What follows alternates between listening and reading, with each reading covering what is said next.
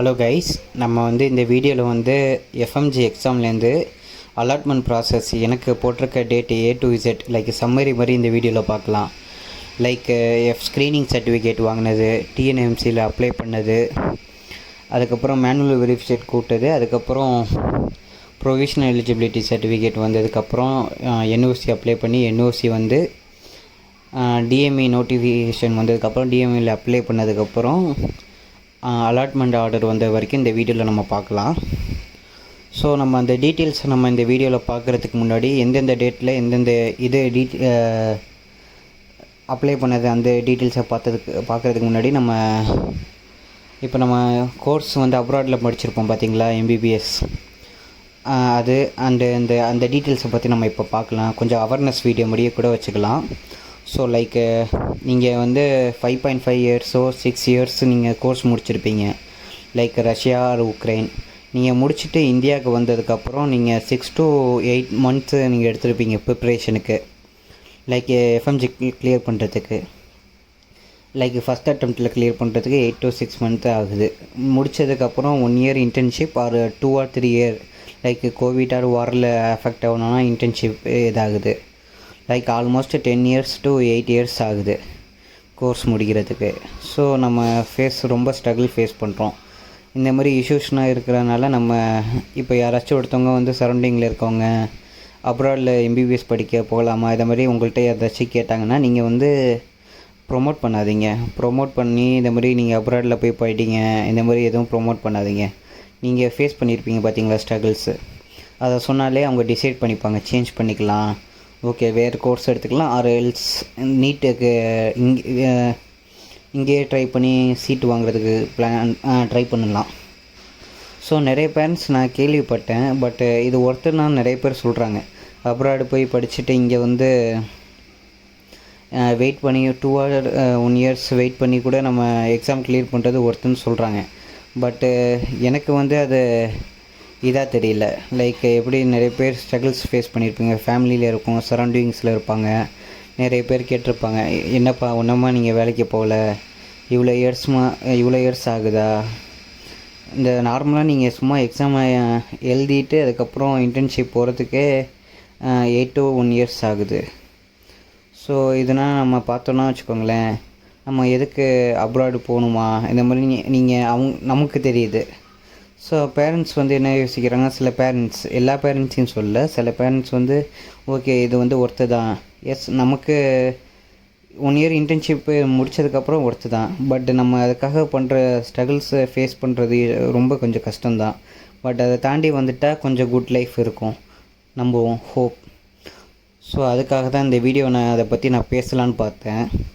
So அதுக்காக தான் இந்த ஒரு 2 or 3 minutes எடுத்துக்கிட்டேன். ஸோ நம்ம இந்த வீடியோவில் ஒரு டிஸ்பிளே பண்ணியிருப்போம் 2-3 slides. லைக் எத்தனை பேர் 6 attempt போட்டு கூட நிறைய பேர் கிளியர் பண்ணியிருக்காங்க. சில பேர் 3rd attemptல 200 above எடுத்திருக்காங்க. இது நான் பார்க்க எனக்கு இன்ஸ்பிரேஷன் மாதிரி இருக்குது. லைக் நம்ம ஃபஸ்ட் அட்டெம்ப்ட்லேயே 150 மேலே எடுக்கிறதே ரொம்ப கஷ்டமாக இருக்குது. லைக் 10 to 20% தான் எக்ஸாமே கிளியர் பண்ணுறாங்க எவரி எக்ஸாம்.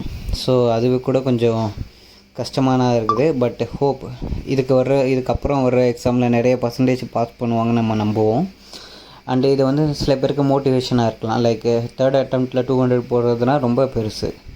ஸோ இதை மாதிரி நம்ம இந்த போஸ்ட் நம்ம போட்டிருக்கோம் பார்த்தீங்களா, 206 எடுத்திருக்காங்க 3rd attemptல. ஸோ இதுனா நமக்கு ஒரு இன்ஸ்பிரேஷனாக, இப்போ நிறைய பேர் கிளியர் பண்ணாமல் இருந்திருப்பாங்க பார்த்தீங்களா, நெக்ஸ்ட் அட்டெம்ப்டில் கண்டிப்பாக ஷோராக 200 மேலே எடுக்கலாம். இந்த மாதிரி அவங்கள மோட்டிவேட் பண்ணிக்கிட்டு க்ராக் பண்ணுறதுக்கு இது பாருங்கள். சரி, இதுக்கப்புறம் நம்ம அந்த எஃப்எம்ஜி அந்த டீட்டெயில்ஸை பார்க்கலாம். இந்த ஸ்க்ரீனிங் சர்டிஃபிகேட் எப்போ வாங்கினது அந்த டீட்டெயில்ஸு. மேபி நான் இப்போ ஒரு 3 நிமிஷம் பேசியிருப்பேன். அது மேபி உங்களுக்கு கொஞ்சம் என்ன உளர்ற மாதிரி இருக்குதுன்னு நீங்கள் யோசிச்சிருப்பீங்க. பட்டு ஆமாம், உளர்ற மாதிரி தான் எனக்கும் இருந்துச்சு. பட் என்ன பண்ணுறது, நம்ம அந்தளவுக்கு நம்மளுக்கு இஷ்யூஸ் ஃபேஸ் பண்ணியிருக்கோம். லைக் நிறைய பேர் கேட்பாங்கள்ல, ஃபேமிலியில் இருக்கவங்க, ரிலேட்டிவ்ஸில் இருக்கவங்க, பக்கத்தில் இருக்கவங்க கேட்பாங்கல்ல, என்னப்பா இன்னும் இன்டர்ன்ஷிப் ஜாயின் பண்ணலையா, டியூட்டி போகலையா, அது மாதிரின்னு. அதனால் கொஞ்சம் இதாக தான் இருக்கும், வருத்தமாக இருக்கும். பட் என்ன பண்ணுறது, ஹோப். இப்போ நம்ம அலாட்மெண்ட் போட்டிருக்காங்க, கொஞ்சம் ஜாலியாக போக வேண்டியது தான். சரி, நம்ம அது இந்த ப்ராசஸை பற்றி நம்ம இப்போ பார்க்கலாம். லைக் எஃப்எம்ஜி எக்ஸாம் வந்து எனக்கு வந்து கரெக்டாக Jan 2024 வந்து வச்சாங்க. ரிசல்ட் டேட் வந்து February 6, 2024 வந்தது. ரிசல்ட் வந்ததுக்கப்புறம் டெம்பரவரி பாஸ் சர்டிஃபிகேட், ஸ்கோர் சர்டிஃபிகேட்னு ஒன்று கொடுத்துருந்தாங்க இடையில. அதுக்கப்புறம் வந்து ஒரு டேட்டு வந்து அவங்க சொன்னதுக்கப்புறம் ஸ்க்ரீனிங் சர்டிஃபிகேட் வந்து March 19, 2024 வந்து டெல்லியில் வாங்கினேன். ஸோ வாங்கின சேம் டேட்டே வந்து நான் டிஎன்எம்சியில் அப்ளை பண்ணிட்டேன். March 19, 2024 same date. Like already நான் வந்து எல்லா டாக்குமெண்ட்ஸும் நான் ரெடி பண்ணி வச்சுருந்தேன். Like passport A to Z அந்த பேஜ், அந்த ஒரு வீடியோ ஆல்ரெடி நம்ம போட்டிருப்பேன். அதுலேயும் நான் டீட்டெயிலாக சொல்லியிருப்பேன். இன்கேஸ் அதில் டீட்டெயிலாக இல்லைன்னா எல்லா வீடியோக்கு கீழேயும் நான் இது போட பார்க்குறேன். இப்போ மிஸ்ஸிங் பாயிண்ட்ஸ்னு போட்டு அதில் நான் ஏதாச்சும் ஒரு பாயிண்ட்ஸை மிஸ் பண்ணியிருக்கேன். நான் ஏதாச்சும் ஒரு சில பேர் டிஎம்ஆர் டேட்னா என்னென்னு கேட்குறாங்க. அந்த 10th and 12th சர்டிஃபிகேட்டில் வந்து எந்த டேட்டில் நம்ம இது பண்ணோன்னு டிஎம்ஆர் டேட்னு போட்டிருக்கோம். அந்த மாதிரி டீட்டெயில்ஸு இந்த பாஸ் சர்டிஃபிகேட்டில் இந்த ரெட் கலரில் இருக்கும், அதுதான் சர்டிஃபிகேட்டு நம்பர். இந்த மாதிரி டீட்டெயில்ஸ்லாம் நான் வந்து எல்லா வீடியோக்கும் கீழே நான் மிஸ்ஸிங் பாயிண்ட் மாதிரி அந்த இதில் போட பார்க்குறேன். அதுக்கப்புறம் டிஎன்எம்சி அப்ளை பண்ணது March 19, 2024 அண்ட் மேனுவல் வெரிஃபிகேஷன் வந்து July 4, 2024 வந்துச்சு. ப்ரொவிஷனல் எலிஜிபிலிட்டி சர்டிஃபிகேட் வந்து கரெக்டாக 14 days கழித்து எனக்கு ப்ரொவிஷனல் எலிஜிபிலிட்டி சர்டிஃபிகேட் வந்தது July 18, 2024. வந்ததுக்கப்புறம் என்ஓசி அப்ளை வந்து நான் July 19, 2024 தான் அப்ளை பண்ணேன். 1 day அப்புறம் தான் அப்ளை பண்ணேன். ரீசன் என்னென்னா எனக்கு 9:30 நைட்டு தான் வந்துச்சு ப்ரொவிஷனல் எலிஜிபிலிட்டி சர்டிஃபிகேட். நான் வந்து அப்ளை பண்ணலான்னு பார்த்தேன், பட்டு டிக்ளரேஷன் ஃபார்ம் கொஞ்சம் அசால்ட்டாக விட்டதுனால நெக்ஸ்ட் டே தான் அப்ளை பண்ணுற மாதிரி இருந்துச்சு. அது பண்ணதுக்கப்புறம் என்ஓசி வந்ததுக்கப்புறம் டிஎம்இயில் சப்மிஷன் பண்ணிவிட்டு அலாட்மெண்ட் ஆர்டர் வாங்கினேன். என்ஓசி அப்ளை பண்ணதுக்கு என்ஓசி வந்ததுக்கப்புறம் டிஎம்இயில் சப்மிஷன் வந்து பப்ளிக் நோட்டீஸ் மாதிரி ஒன்று விடுவாங்க. அதுக்கப்புறம் தான் நம்ம போய் வந்து டிஎம்இயில் சப்மிஷன் பண்ண முடியும் டாக்குமெண்ட்ஸ் எல்லாத்தையும். ஸோ அதை நான் சப்மிஷன் பண்ணதுக்கப்புறம் அலாட்மெண்ட் ஆர்டர் வந்து September 12, 2024 வந்துச்சு. லைக் நம்ம எஃப்எம்ஜி எக்ஸாம் எழுதுனதுலேருந்து அலாட்மெண்ட் ஆர்டர் வந்தது வரைக்கும் பார்த்தோன்னா 7 months 24 days ஆகுச்சு. அதுக்கப்புறம் வந்து லைக் ப்ராசஸ் நம்ம ஸ்க்ரீனிங் சர்டிஃபிகேட் டிஎன்எம்சி அப்ளை பண்ணதுலேருந்து பார்த்தா 5 months 25 days ஆகிருக்குது. ஸோ நம்ம பார்க்கும்போது 5 monthsனால கொஞ்சம் ஓகேவாக தான் இருக்குது. 5 months தான் எடுத்திருக்காங்கன்னு.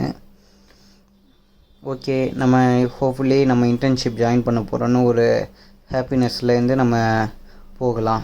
மேபி இந்த வெயிட்டிங் பீரியட் மட்டும் நமக்கு கொஞ்சம் ஸ்ட்ரகிள்ஸாக இருக்கும். லைக் யாராச்சும் கேட்டுகிட்டே இருப்பாங்க என்ன பண்ணுறதுன்னு. அதுக்கப்புறம் நம்ம ஜாயின் பண்ணதுக்கப்புறம் அது ஃப்ரீயாக போயிடும். ஏதோ ஒரு ஒர்க்குக்கு போகிறோம். ஸோ அதனால் நம்ம அதை பற்றி திங்க் பண்ணாமல் நம்ம போட்டு இன்டர்ன்ஷிப் ஜாலியாக பண்ணிவிட்டு 1 year 2 year முடிச்சுட்டு நம்ம வந்து நெக்ஸ்ட்டு ஒர்க்கை பார்க்கலாம். தேங்க்யூ.